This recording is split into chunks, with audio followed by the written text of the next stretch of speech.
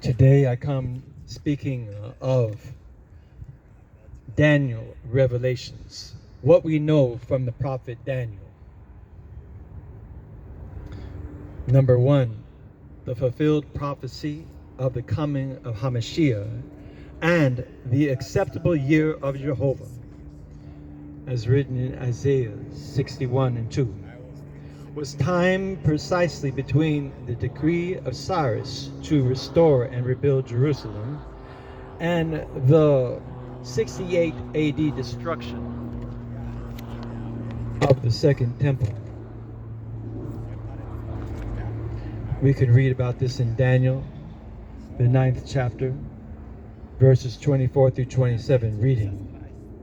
70 weeks are determined upon thy people, and upon thy holy city, to finish the transgression, and to make an end of sins, and to make reconciliation for iniquity, and to bring in everlasting righteousness, and to seal up the vision and prophecy, and to anoint the most holy. Know therefore and understand that from the going forth of the commandment to restore and to rebuild Jerusalem unto the Messiah the Prince shall be 7 weeks and 62 weeks.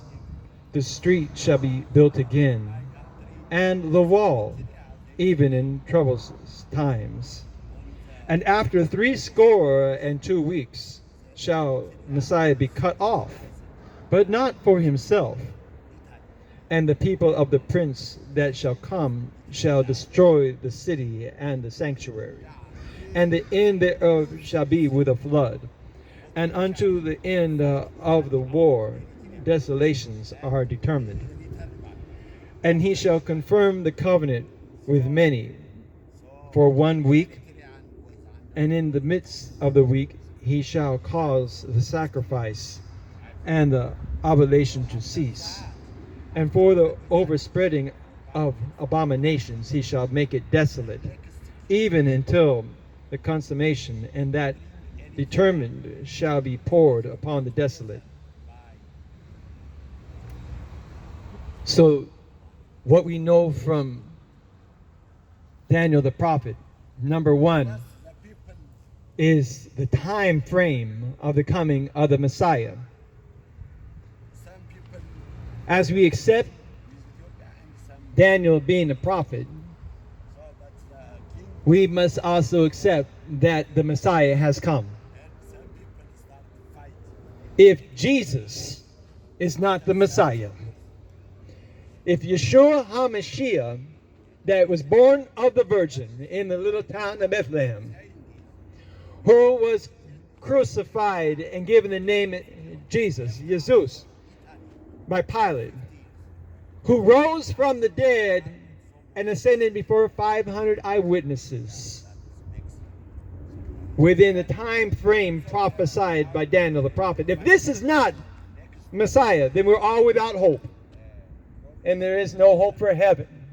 But because he fulfilled the prophecy, we know we have a Savior, and he's able to save. He keeps his promise. What he said, he made it good.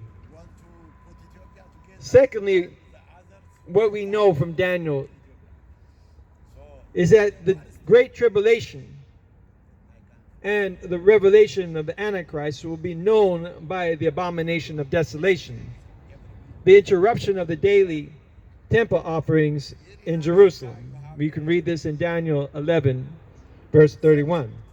Third, we know that there shall arise upon the earth of every nation the everlasting kingdom that has no end.